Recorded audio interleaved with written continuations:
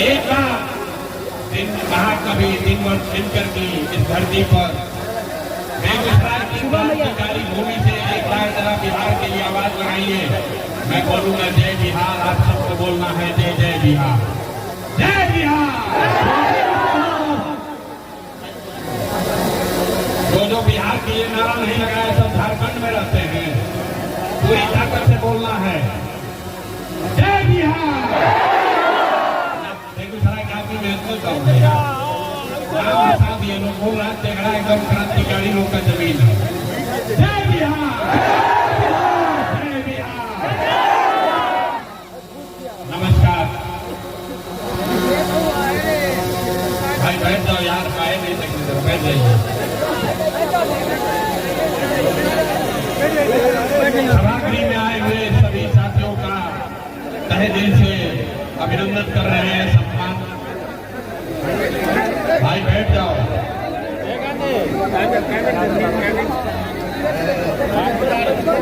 भैया बैठ जाइए, भैया बैठ जाइए, बैठ जाइए, बैठ जाइए, बैठ जाइए। सभा में आए हुए सभी माताओं बहनों का, सभी साथियों का बहुत बहुत स्वागत है। मेरा ही नाम है प्रशांत किशोर। हम नेता नहीं हैं, हम नेता नहीं हैं और आपसे वोट मांगने नहीं आए हैं। बिहार के एक साधारण परिवार के लड़के हैं। हमारे अपने दादा बैलगाड़ी चलाते थे, मजदूर थे।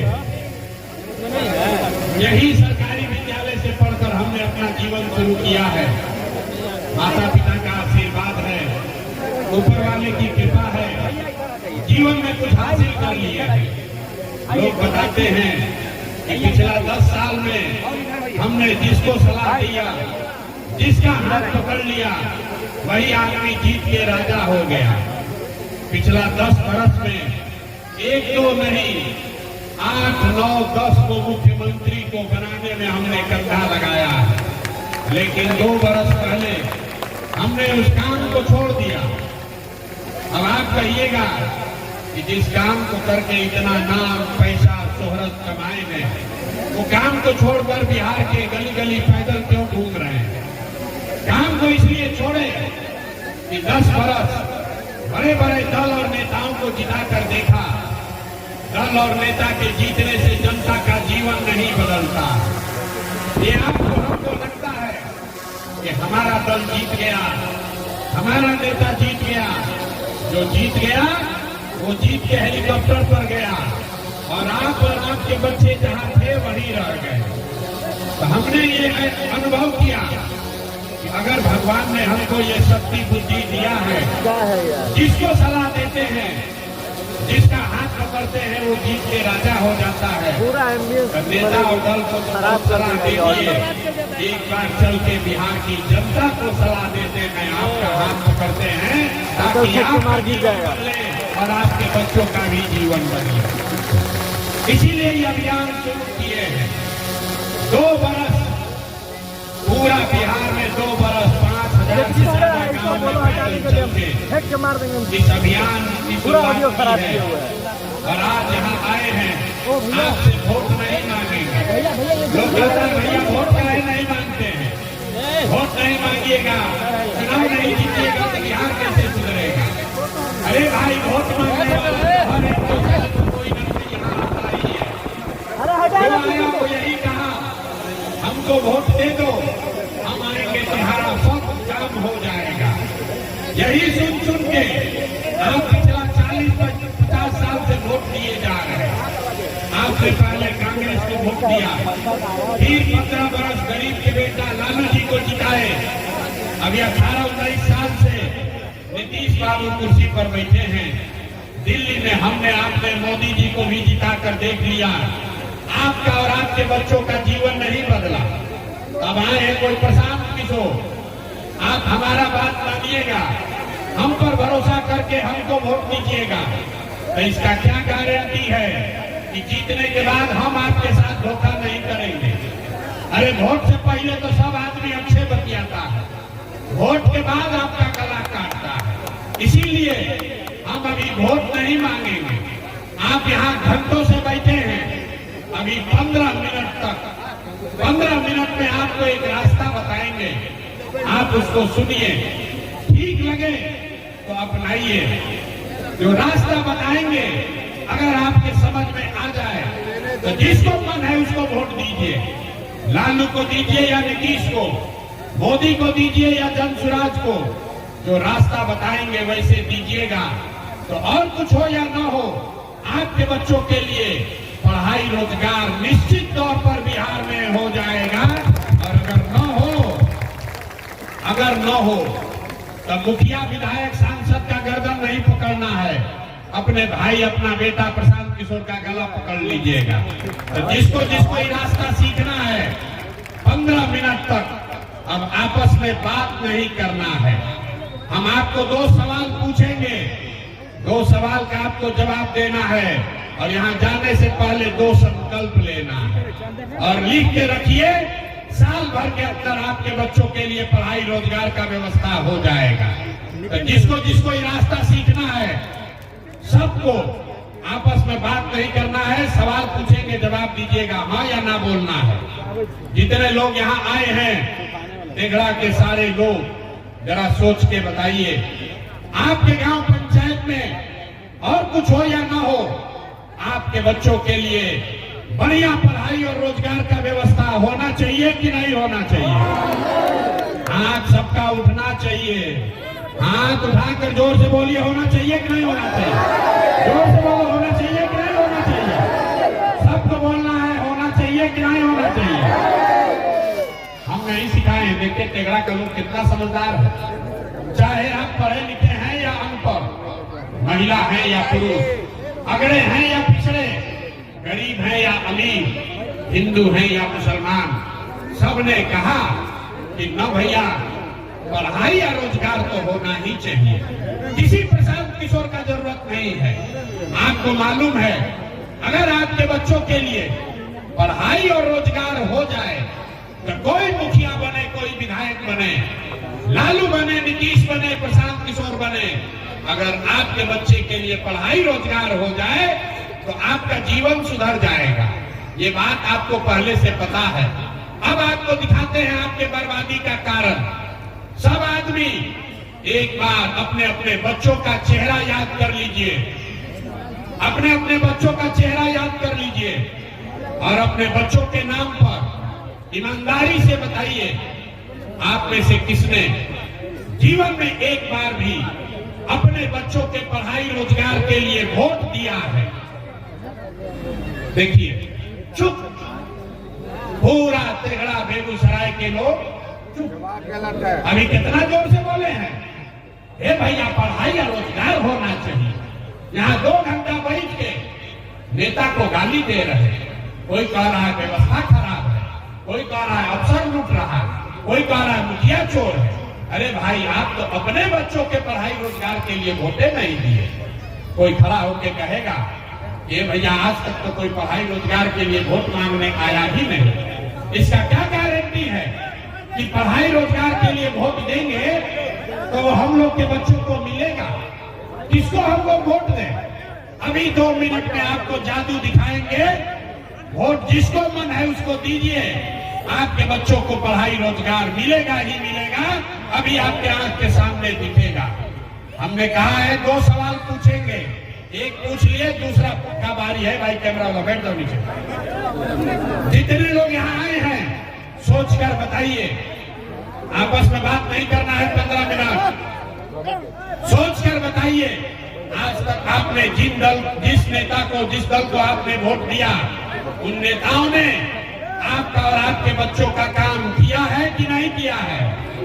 हाथ उठाकर सोचकर बताना है, किया है कि नहीं किया? हाथ उठाकर बताओ, सबको उठाकर बताना है, किया है कि नहीं? जोर से बोलिए, जोर से बोलिए, रिकॉर्ड होना चाहिए वीडियो में, पीछे नहीं हटना। जोर से बोलिए, किया है कि नहीं किया है? किया है कि नहीं किया है? जोर से बोलो भैया, किया है कि नहीं किया है? नहीं किया है। सब लोग देखा है, वीडियो में रिकॉर्ड हुआ है, पीछे मत हटना भाई। सब लोग बोले हैं ये भैया आज तक हम लोग जिसको वोट दिए, कोई नेता दल आज तक हम लोग का काम नहीं किया। तो अभी देखिए जादू देखने के लिए तैयार होइए। आपने कहा कि जिसको भी आज तक वोट दिए कोई हमारा काम नहीं किया। हम गिनवाना शुरू करते हैं, सही बोले तो हाँ बोलिएगा, गलत बोले तो ना बोलिएगा। बात खत्म होगा, आपको दिखेगा कि आपके बच्चे को पढ़ाई रोजगार कैसे मिलेगा। पूरे बिहार में बेगूसराय तेघड़ा में यहाँ आए बहुत सारे लोगों ने 5 किलो अनाज के लालच में मोदी जी को, भाजपा को वोट दिया है। तब बिहार में चाहे जितना चोरी भ्रष्टाचार है, 1 किलो चोरी करके यहाँ के गरीब को 4 किलो अनाज मिल रहा है कि नहीं मिल रहा है? अरे भैया, यहाँ का पुरुष लोग के मुंह में आवाज नहीं है, मिल रहा है कि नहीं मिल रहा है? आपने हमने वोट दिया हिंदू मुसलमान बनके, सबने कहा सब हिंदू एक हो जाओ, अयोध्या में राम जी का मंदिर बनाना है। तो आपके बेगूसराय में, तेघड़ा में, आपके गांव में स्कूल अस्पताल नहीं बना, फैक्ट्री नहीं लगा, लेकिन आपके वोट से अयोध्या में राम जी का मंदिर बना है कि नहीं बना है? सबको बोलना है, कथा सुनने नहीं आए हैं। राम जी का मंदिर बना है कि नहीं बना है? आपने हमने कई लोगों ने वोट दिया नीतीश कुमार को, कहा ना हम तो नीतीश को देंगे, बिहार में हमको बिजली सड़क चाहिए। तो नीतीश के राज में इसी बदहाल बिहार में बिजली का बिल 2000 है चाहे 6000, घरे घरे बिजली आया है कि नहीं आया है? अरे बिजली आया है कि नहीं आया है? आपने हमने वोट दिया जाति के नाम पर अपने जात के नेता को। बिहार में आदमी कहता है जिए चाहे मर जाए, अपना जाते वाले को वोट देंगे। तो आपके जात के नेता ने आपके बच्चों के पढ़ाई रोजगार का बात नहीं किया, लेकिन जाति का जनगणना और जाति का चर्चा बात घरे घर कराया है कि नहीं कराया है? अरे जाति का जनगणना हुआ है कि नहीं हुआ है? आपने हमने वोट दिया सिलेंडर के लालच में मोदी जी को, भाजपा को। तो सिलेंडर का दाम 800 हो चाहे 1000, घरे घरे सिलेंडर बटा है कि नहीं बटा है? यहाँ का लोग जवाब नहीं दोगे तो ना बुझाएगा। सिलेंडर बटा है कि नहीं बटा है? आपने हमने वोट दिया मोदी जी का भाषण सुन के कि मोदी जी गुजरात में बड़ा विकास किए हैं।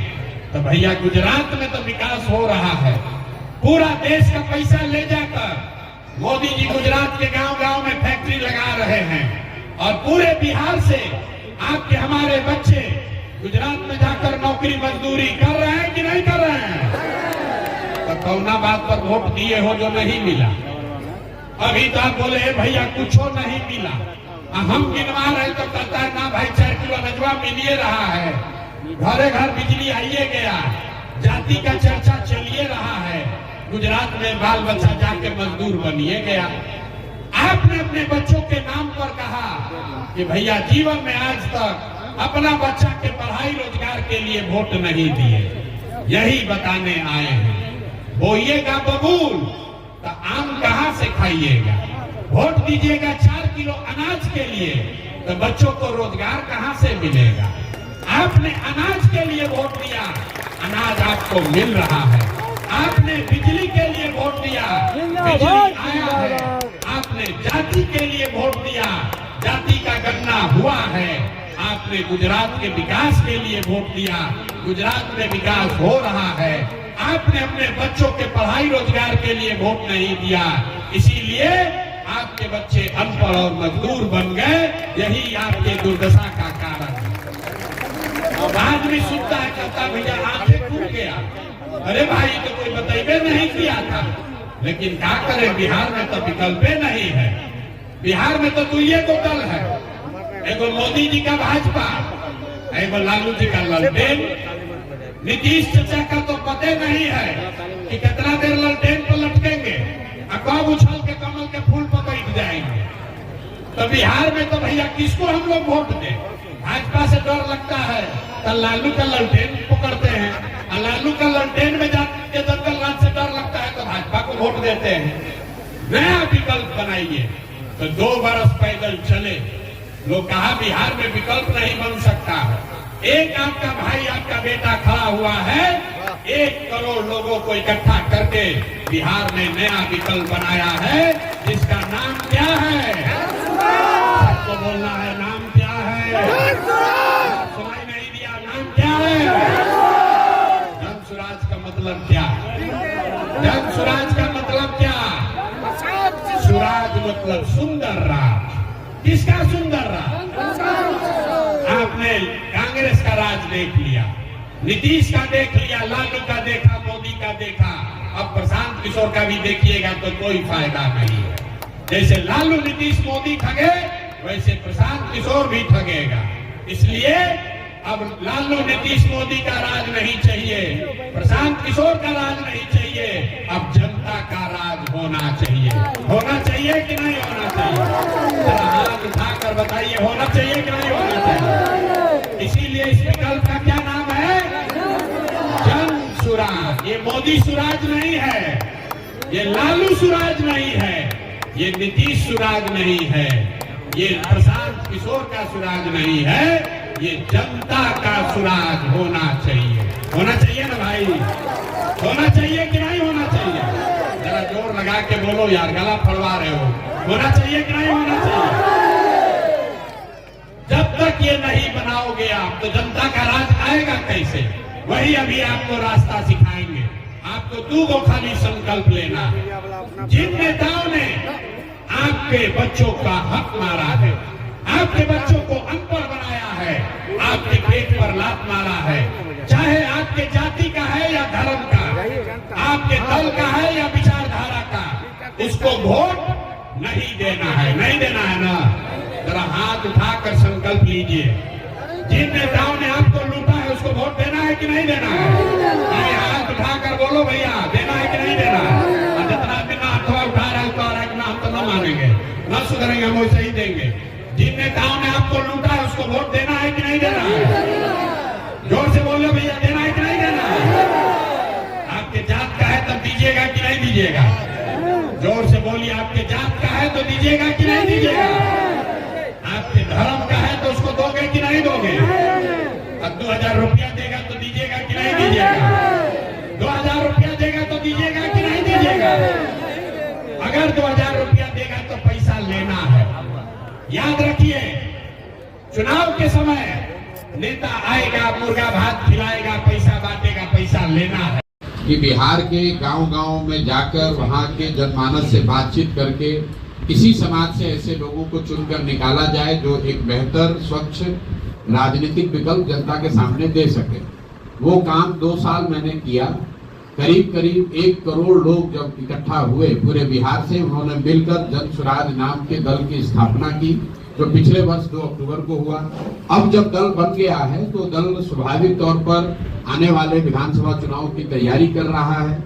उस तहत लोग अलग अलग कार्यक्रम कर रहे हैं। लेकिन जन स्वराज में हम लोग के लिए राजनीति सिर्फ एमएलए का चुनाव लड़ना, चुनाव जीतना नहीं है। राजनीति इसलिए कर रहे हैं कि यहाँ के विषयों की समझ हो, लोगों की आवाज बन सके, यहाँ की जो परेशानियां हैं उसको सुलझाने में कुछ मदद कर सके। बाकी अभी 6-8 महीने में चुनाव है, तो उस नजरिए से भी पार्टी तो तैयारी अपनी करेगी। और लोकतंत्र है, लोकतंत्र में चुनाव की एक अपनी महत्ता है, तो उस नजरिए से भी ये दौरे को आप देख सकते हैं। सत्ता पक्ष कह रही है सर कि मॉकपोल में जब जन स्वराज का ये हाल हुआ तो फिर आगे क्या, उसको लेकर के क्या कहेंगे? भाई, आप जितने लोग यहाँ आए हैं, आपकी ये संख्या बताती है कि जन स्वराज की कोई ताकत है या नहीं है। कोई विधायक मंत्री यहाँ पर चला आए तो आप सब पत्रकार बंधु इतने कभी आ ही नहीं सकते हैं। और आपको मालूम है कि अगर आप आए हैं तो इसलिए आए हैं कि आपको ये एहसास है कि जन स्वराज जमीन पर है। दूसरा, कोई दल कोई भी दावा कर ले, बिहार में अगर एक राजनीतिक व्यवस्था, एक राजनीतिक विकल्प और दल जो जमीन पर कार्यकर्ताओं के, लोगों के स्नेह से, सहयोग से चल रहा है, वो उसका नाम है जन स्वराज। ये निश्चित बात है कि ये नया दल है, अभी 2 वर्ष लगे हैं, लेकिन 2 वर्ष पुराना दल, और दल तो अभी 6 महीने पुराना ही है। 6 महीने बना पुराना दल, कम से कम ये तो हर व्यक्ति मान रहा है कि इस बार जो चुनाव होगा वो त्रिकोणीय होगा।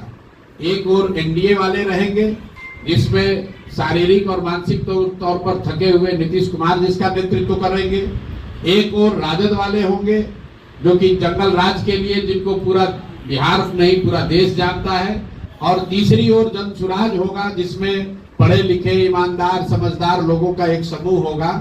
अब निर्णय बिहार की जनता को करना है कि उनको लालटेन का जंगल राज वापस चाहिए, या थके हुए नीतीश कुमार चाहिए, या बिहार के लोगों के द्वारा बनाया गया एक ईमानदार सशक्त विकल्प जन स्वराज चाहिए।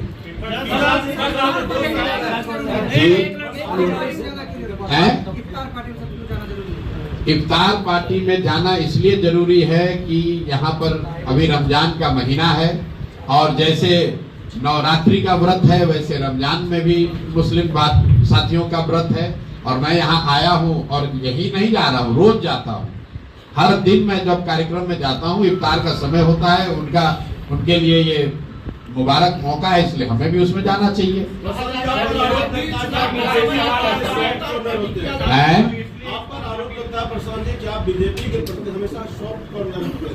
देखिए, मैंने हमेशा जो बात कही है कि बिहार की बर्बादी के लिए लालू और नीतीश जिम्मेवार हैं, क्योंकि पिछले 30-35 साल से लालू जी और नीतीश जी ही राज्य का नेतृत्व कर रहे हैं। लेकिन बिहार की बर्बादी के असली गुनाहगार कांग्रेसी और भाजपाई हैं। ऐसा इसलिए मैं कहता हूं क्योंकि लालू जी को बिहार की जनता ने सिर्फ एक बार 1995 में बहुमत से वोट देकर जिताया है। बाकी 15-16 साल जो लालू जी का जंगल राज चला, वो कांग्रेसियों के मदद से चला, उस बैसाखी से चला। कांग्रेसियों ने उनकी मदद इसलिए की क्योंकि वो चाहते थे कि लालू जी की मदद से 20-25 सांसदों का सपोर्ट उनको दिल्ली में रहे। यही हाल नीतीश जी का एनडीए का है। नीतीश जी को बिहार की जनता ने सिर्फ एक बार, इसको भी ध्यान रखिए आप लोग, सिर्फ 2010 के चुनाव में नीतीश जी के पार्टी को 117 विधायक मिले थे। उसके बाद नीतीश जी को कभी बहुमत बिहार की जनता ने नहीं दिया। फिर भी 18-19 साल से नीतीश कुमार मुख्यमंत्री हैं, वो भाजपा के बैसाखी पर हैं। भाजपा उनकी मदद क्यों कर रही है? भाई, जो भाजपा दूसरे राज्यों में दूसरे दलों को तोड़कर खरीद फरोख्त करके सरकार बनाती है, वो बिहार में थके हुए नीतीश कुमार को क्यों मुख्यमंत्री बना के रखी है? इसलिए कि उनको दिल्ली में 10-20 सांसदों का लालच है। इसीलिए मैं बार बार हमेशा कहता हूं कि कांग्रेस और भाजपा ने बिहार को और बिहार के भविष्य को लालू और नीतीश के हाथ में, सब जानते बूझते इनके हाथ में बेच दिया। जैसे कांग्रेसियों ने हम लोग का भविष्य लालू जी के हाथ में बेचा, वैसे ही भाजपाइयों ने हम लोग का भविष्य नीतीश कुमार के हाथ में बेचा है। आपको क्या लगता है? नीतीश कुमार का रोज आप लोग देख रहे हैं, क्या नरेंद्र मोदी को, क्या अमित शाह को ये पता नहीं है कि मानसिक तौर पर नीतीश कुमार और शारीरिक तौर पर वो मुख्यमंत्री बनने की स्थिति में नहीं है? फिर इतने बड़े राज्य की 13 करोड़ लोगों की जिस पर जिम्मेवारी है, उस पर आपने नीतीश कुमार को थोपा हुआ है। क्यों थोपा हुआ है?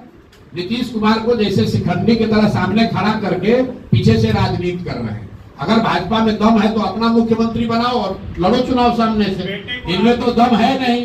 सामने से नीतीश कुमार का चेहरा लगा रखा है। वो आदमी ना शारीरिक तौर पर सक्षम है, ना मानसिक तौर पर स्वस्थ है, और उनको सामने रखकर और ये भी नहीं बता रहे हैं कि अगला मुख्यमंत्री नीतीश कुमार ही होगा। ये सिर्फ बिहार की जनता के साथ धोखा कर रहे हैं भाजपा वाले।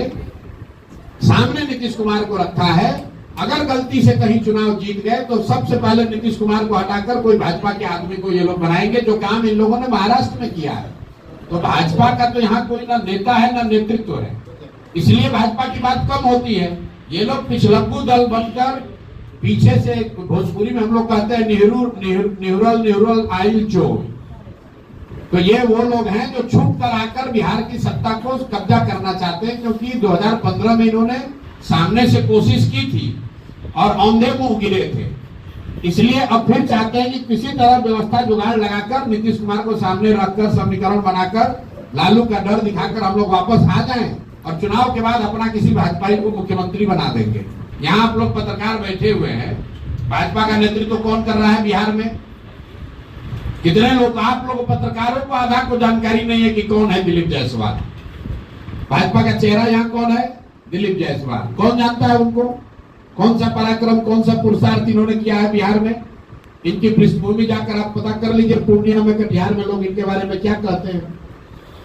सर मेरा एक सवाल है सर लालू यादव सर एक आप भी तो लालू जी का भय दिखा रहे हैं ना, हैं? आप भी तो लालू जी का ही भय दिखा रहे हैं, किसका भय दिखा रहे हैं? आप भी तो लालू यादव जी का ही भय दिखा हम रहे हैं। किसी का भय नहीं दिखा रहे, हम तो ये बता रहे हैं कि बिहार की जनता जो लालू जी के डर से भाजपा को वोट देती है और भाजपाइयों के डर से लालू जी को वोट देती है, उन दोनों का भय खत्म करने का रास्ता है जन सुराज। सर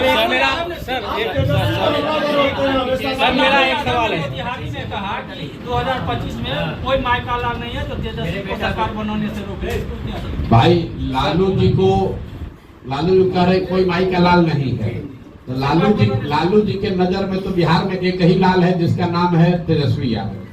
बिहार के 13 करोड़ के 13 करोड़ लोगों की तो चिंता उनको है नहीं। लालू जी तो बस अपना ही परिवार और 5 उनके बाल बच्चे, इसके आगे न कभी सोच सकते हैं, तो उनको कैसे दिखेगा कि बिहार में दूसरा और कौन है। सर अति पिछड़ा का एक सवाल है सर। कम पढ़े लिखे लोगों की जगह है कि नहीं प्रशांत जी? बिल्कुल बहुत लोकतंत्र में कम पढ़े लिखों की जगह है। बिल्कुल आप हमेशा सुनिए मेरा एक सवाल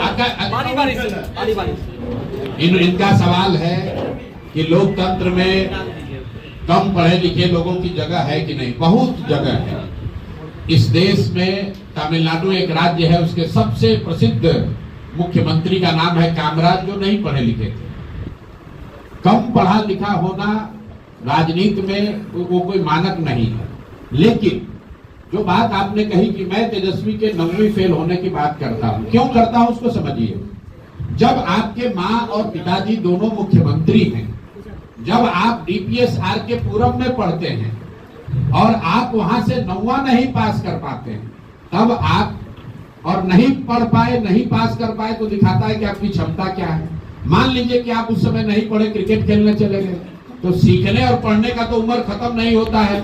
आप जाकर देखिए बिहार के लाखों ऐसे बच्चे हैं जो मजदूरी कर रहे हैं और कॉरेस्पॉन्डेंस से कोर्स कर रहे हैं, पढ़ाई कर रहे हैं। तो भाई ये उसके बाद ही आकर कुछ पढ़ाई कर लेते, आज ही डिग्री ले लेते। ये न पढ़ना दिखाता है कि शिक्षा के प्रति उस व्यक्ति की सोच क्या है। उस व्यक्ति के नजर में शिक्षा की कोई महत्ता ही नहीं है। इस बात पर हम चोट कर रहे हैं। इस बात पर नहीं कह रहे हैं कि आप 9th फेल हैं कि 10th फेल हैं। इस बात पर चोट कर रहे हैं कि अगर आप सामाजिक राजनीतिक परिस्थिति बस नहीं पढ़ पाए तो कोई बात नहीं है। लेकिन उन परिस्थितियों में भी आप देखते हैं लड़कियां जिनकी शादी हो जाती है, कई बार उनके हस्बैंड्स उनको पढ़ाते हैं। ये सज्जन इनके माँ बाप मुख्यमंत्री हैं, दिल्ली के सबसे बड़े प्राइवेट स्कूल में नाम लिखाया, वहां से 9th फेल हो गए, उसके बाद जीवन में कभी पढ़ने पढ़ाने की कोशिश नहीं की। वो आदमी बिहार का मुख्यमंत्री बनेगा तो आपके बच्चों के पढ़ाने की चिंता करेगा कि उसको बालू माफिया बनाएगा? आप बता दीजिए। आपके पास क्या मॉडल है एजुकेशन और हेल्थ को? बाकी और लोग हैं। सर एक सवाल है सर मेरा। सर एक सवाल है सर। अगर जनसुराज पार्टी जीत कर आती है, पहला सवाल यह है कि जनसुराज अकेले लड़ेगी या हम किसी के एक साथ? घंटा यहाँ है, आपको जो सवाल सर जनसुराज करके पूछो, घबराहट में नहीं है। सर जनसुराज अकेले लड़ेगी या किसी के साथ गठबंधन करेगी? जनसुराज- पूरा अगर जीत कर आती है सरकार बनाने में किसी के साथ गठबंधन भी कर सकती है। 243 सीट बिहार में है। जन सुराज का नाम ही है जन सुराज, जनता का सुंदर राज। जनता से गठबंधन हो गया और घोषणा हो गई कि 243 सीट लड़ेंगे। चुनाव के बाद अगर ऐसी कोई परिस्थिति बन गई कि जन सुराज को पूर्ण बहुमत नहीं मिला, तो हम लोग बिल्कुल विपक्ष में आराम से 5 साल और बैठेंगे। प्रशांत किशोर ने कहा चाहे 2 सीट आए, 5 सीट आए या 110 आए, जनता ने जो निर्णय देना है उसको हम लोग स्वीकार करेंगे। और मैंने पहले ही कहा कि राजनीति हमारे लिए और जन सुराज में हमारे साथियों के लिए सिर्फ एमएलए बनकर मिनिस्टर बनना, कॉन्ट्रैक्ट लेना, पैसा कमाना, ये उसका उद्देश्य नहीं है। जितना एमएलए एमपी बनकर नाम, पैसा, शोहरत आप कमा सकते हैं, उससे बहुत ज्यादा भगवान की कृपा से हम लोग को मिला हुआ है। बावजूद इसके सब छोड़कर अगर राजनीति करने आए हैं तो इसका उद्देश्य ये नहीं है कि जल्दी से एमएलए बनकर सरकार बना ले। सरकार तब बनाएंगे जब जनता का आशीर्वाद होगा और पूरा जो प्लान है, पूरी जो सोच है कि अगले 10 वर्ष में बिहार को देश के 10 अग्रणी राज्यों में कैसे शामिल कराया जाए, यहाँ शिक्षा कैसे सुधारा जाए, 1 साल के अंदर पलायन को कैसे रोका जाए, हर घर में महिलाओं को रोजगार कैसे दिया जाए, उसका पूरा ब्लूप्रिंट 2-2.5 साल गांव-गांव घूमकर लोगों को बताकर समझाकर उसके बाद दल का निर्माण किया गया है। ऐसा नहीं कि 4 आदमी दिल्ली में बैठे, पटना में बैठे, दल बना लिया। दल बनाने से पहले 2.5 साल मैंने बिहार का चप्पा चप्पा पैदल चल के देखा है, लोगों से बात करी है। तो हम लोग के लिए गठबंधन ना आज है ना कल होगा, ना चुनाव से पहले ना चुनाव के बाद। अरे भैया सुनेंगे तभी ना। आप जमीनी प्रत्याशी देंगे या वही हवाई होगी? जन स्वराज में जो भी प्रत्याशी चुनाव लड़ेंगे उसके नजरिए से मैं आपको 2-3 बातें कह सकता हूँ। पहला कि 2/3 से ज्यादा ऐसे लोग चुनाव लड़ेंगे जो बिल्कुल नए चेहरे होंगे। इसका मतलब ये नहीं है कि वो राजनीति में नहीं है। नए लोग चुनाव लड़ेंगे तो इसकी कोई संभावना नहीं है कि जो पुराने घिसे पिटे लोग हैं वही चुनाव लड़े। मैंने कहा 2/3। 1 मिनट की।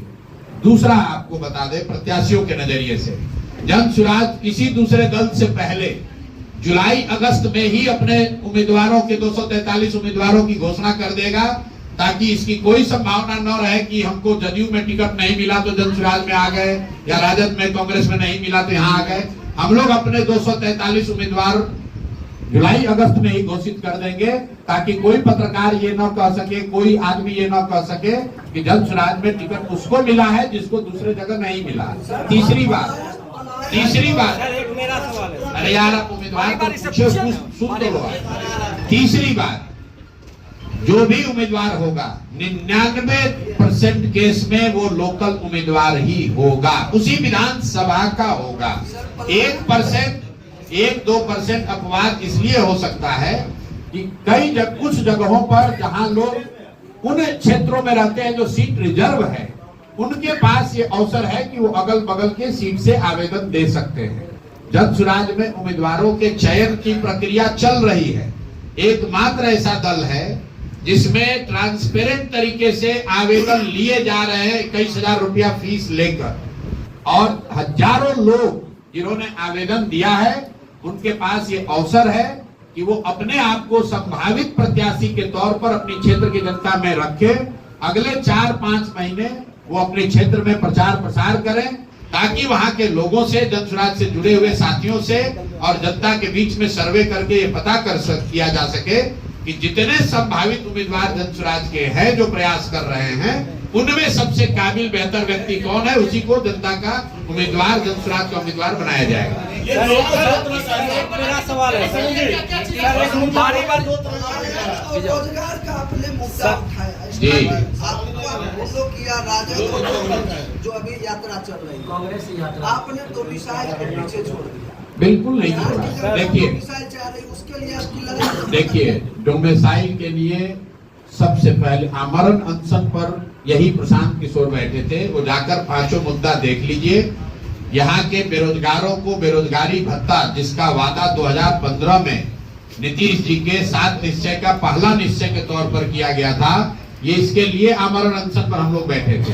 डोमिसाइल नीति लागू हो उसके लिए हम लोगों ने अनशन करा था। बीपीएससी अभ्यर्थियों का मामला पेपर लीक का जो था उसके लिए आमरण अनशन पर बैठे थे। आपने कहा कि डोमिसाइल नीति पर कोई कांग्रेस या तेजस्वी जी कुछ बोल रहे हैं। जरा आप लोग पत्रकार हैं, बताइए कि जो शिक्षकों की नियुक्ति हुई, जिस पर सरकार और ये नेता अपना पीठ थपथपा रहे हैं, उस समय उप मुख्यमंत्री कौन था? उस समय उप मुख्यमंत्री यही तेजस्वी यादव थे, वही कांग्रेस वाले सरकार में थे। तो डोमिसाइल नीति कुछ समय क्यों नहीं सुधारा? जो 7,000 से ज्यादा यूपी, मध्य प्रदेश और दूसरे राज्यों के लोगों को शिक्षकों के तौर पर बहाली का अवसर मिला, जो बहाल किए गए, उस समय सरकार में कौन था? अभी साल भर पहले यही तेजस्वी यादव और कांग्रेसी उसमें बैठे हुए थे, तब उनको डोमिसाइल नहीं दिख रहा था।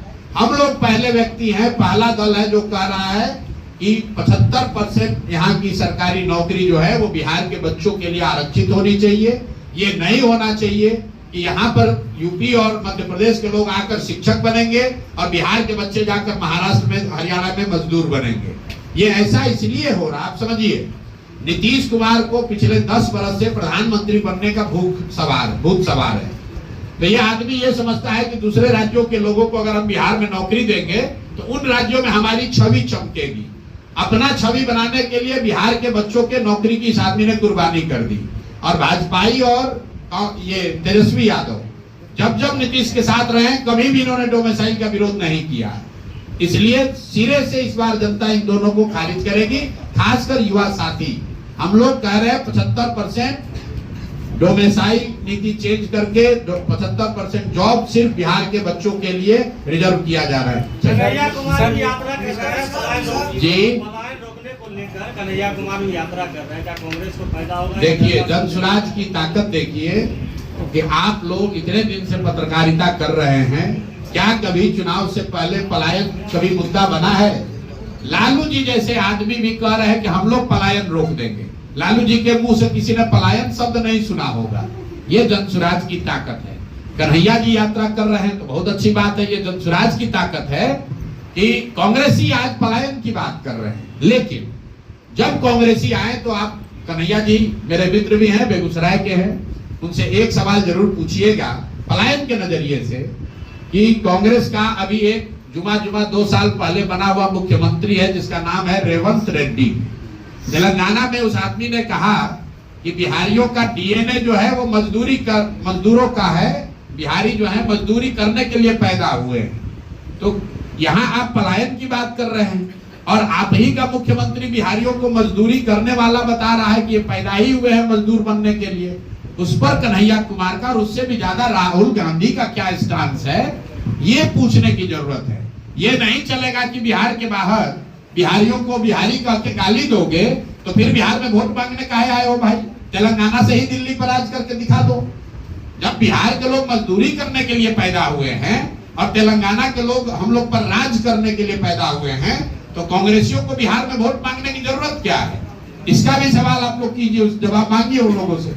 सर एक मेरा सवाल है शराबबंदी और क्राइम को लेकर की आपकी क्या प्रतिक्रिया है? सर मेरा एक शराबबंदी को लेकर एक दल, एक नेता जिसने 3 साल में सब दबावों को के बावजूद कहा है कि जन स्वराज की सरकार बनेगी, 1 घंटे में शराबबंदी हटा देंगे। इसलिए हटा देंगे कि इससे बड़ा कोई गलत कानून हो नहीं सकता है। पहली बात आप ये जानिए कि बिहार में शराबबंदी तो लागू है नहीं।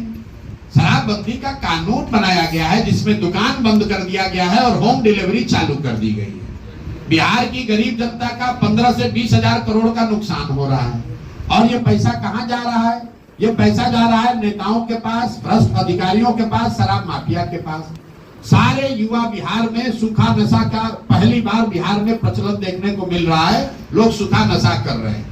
1 लाख से ज्यादा लोग, कई लोग कहता है महिला को इससे लाभ है, 1 लाख से ज्यादा परिवार के लोग आज भी जेल में शराबबंदी के कानून के तहत बंद हैं। और ये जो लोग जेलों में हैं ये ज्यादातर लोग समाज के दबे कुचले वंचित समाज के लोग हैं, दलित है, अति पिछड़े हैं, मुस्लिम हैं, जिनके घर में उनका कोर्ट में केस लड़ने वाला भी कोई नहीं है। और ये सामाजिक न्याय और समाजवाद की बात करने वाले लोग, इनको कोई चिंता नहीं है कि 1-1.25 लाख लोग जेल में क्यों आए। आप महिलाओं से जाकर बात कीजिए। दलित परिवार की महिलाओं को हमने पैदल चलते हुए देखा, थाने वाले शराबबंदी के नाम पर जबरदस्ती उनको उठाकर थाने में बैठा रहे हैं, थाना में उनसे झाड़ू लगवाते हैं, उनसे बर्तन साफ करवाते हैं, उनसे दुर्व्यवहार करते हैं। क्या बात कर रहे हैं आप? बिल्कुल शराबबंदी के हम लोग खिलाफ में हैं। इसके साथ साथ जो आपने सवाल किया, आंकड़े बिल्कुल स्पष्ट है। 2017 से बिहार में कानून व्यवस्था की स्थिति बिगड़ी है और उसका एक कारण है शराबबंदी, क्योंकि कानून व्यवस्था लागू करने के लिए जो तंत्र है, प्रशासन है, उसका एक बड़ा हिस्सा कानून व्यवस्था के काम को छोड़कर शराबबंदी को लागू करने, उसको छिपाने और उससे कमाने में लगा हुआ है और सामान्य लॉ एंड ऑर्डर की स्थिति दिनों दिन बिगड़ती जा रही है। इसीलिए आए दिन आप देख रहे हैं कि बिहार में कमोबेश वही घटना, अपहरण को छोड़ दीजिए तो बाकी हर इंडिकेटर क्राइम का वही हो गया है जो लालू जी के जमाने में था। रोज लूट पाट, मर्डर, अपहरण, झगड़ा लड़ाई वो चल रहा है। सिर्फ अपहरण ही बचा हुआ है, कुछ दिन और चला तो वो भी चालू हो जाएगा। सर मेरा एक सवाल है सर, बहुजन समाज से एक सवाल है कि पासी और मुसहर जाति का राजनीतिक, आर्थिक, सामाजिक कोई उसका कल्याण नहीं है। पासी समाज को दरोगा और थाना के द्वारा प्रताड़ित किया जा रहा है। 5 समाज के लोग से तांती तत्वा को निकाल दिया गया, वो अपना लड़ाई लड़ रहे हैं। धानुक समाज का राजनीतिकरण कुर्मी में हो गया, वो अपना लड़ाई लड़ रहे हैं। तो उन 3 जात के लिए आप क्या कहना चाहते हैं? देखिए, हम लोग जातियों की राजनीति नहीं करते हैं। जन स्वराज ने अपने संविधान में इस परिकल्पना में कहा है कि जिस जाति की भी जितनी संख्या है उस जाति से उसी प्रोपोर्शन में योग्य लोगों को निकालकर उनको भागीदारी दी जाएगी। इसमें सभी समाज शामिल हैं। आपने जो 5 समाज की बात कही उसको लेकर मैं जरूर टिप्पणी करना चाहता हूं। बिहार में नीतीश कुमार की राजनीति का एक हिस्सा रहा है जातियों का वर्गीकरण चेंज करना। एनेक्सर 1 को एनेक्सर 2 में डालो, 2 को 1 में डालो, 1 को SC बना दो। उसी के तहत एनेक्सर 1 में आने वाली कुछ जातियों को, जिसको 5 समाज के नाम से SC का दर्जा दिया गया। ये सही बात नहीं है, ऐसा दावा किया गया, क्योंकि जातियों का ये जो दर्जा चेंज होता है, कैटेगरी चेंज होती है, इसके पीछे साइंटिफिक स्टडी होनी चाहिए। राज्य सरकार उसको प्रस्तावित कर सकता है, उसको स्वीकार करने का पावर केंद्र सरकार को है। जैसा आपने देखा होगा बिहार में लोहारों के साथ भी ऐसा ही किया गया है। नीतीश कुमार ने वोट लेने के लिए यहां से कह दिया कि हमने 5 समाज को SC का दर्जा दे दिया। केंद्र के सामने ना उसके पक्ष में साक्ष्य रखा, ना उस केस की पैरवी की। नतीजा क्या हुआ? जैसे लोहार को ST बनाया गया था और वापस EBC बना दिया गया, उसी तरह 5 समाज के लोगों को SC से हटाकर वापस EBC बना दिया गया। तो ये विशुद्ध तौर पर शॉर्ट टर्म राजनीतिक गेन के लिए नीतीश कुमार ने और नीतीश कुमार की सरकार ने इन जातियों को ठगा है, और इसीलिए ये जातियां आंदोलित है और हम लोग इसके विरोध में हैं। जातियों का जो वर्गीकरण जो चेंज होता है, जो ओरिजिनल एनेक्सर 1 था, जो कर्पूरी जी का था, और जो आज एनेक्सर 1 है, उसमें करीब 23 नई जातियां जोड़ दी गई हैं। और ये नीतीश कुमार हमेशा ऐसा करते रहे। जब उनको राजनीतिक सुविधा होती है वो किसी एनेक्सर 2 को उठाकर एनेक्सर 1 में डालने की बात करते हैं। कई बार उन्होंने एनेक्सर 1 की जाति को SC या ST बनाने की कोशिश किया। तो जब आप एनेक्सर बदलते हैं, एनेक्सर 2 को एनेक्सर 1 में डालते हैं, वो तो राज्य सरकार का मामला है, इसलिए वो कर पा रहे हैं। लेकिन अगर आप SC को, EBC को या OBC को SC या ST के दर्जे में डालोगे तो केंद्र से उसका अनुमोदन जरूरी है, वो नहीं करा पाए। इसीलिए लोहार के केस में जिसको ST बनाया गया था फिर से EBC बना दिया गया, कई बच्चों का नौकरी चला गया, लोग परेशान हुए। उसी तरह से 5 समाज को भी इन्होंने कहा कि हमने SC बना दिया, लोग पंचायती राज का चुनाव SC रिजर्व सीटों पर लड़े और वो सब चीज बर्बाद हो गया, क्योंकि केंद्र सरकार के समक्ष इन्होंने जरूरी दस्तावेज नहीं रखे, उन जातियों के साथ धोखा हुआ है। अब वो जाति जो है वो आंदोलित है।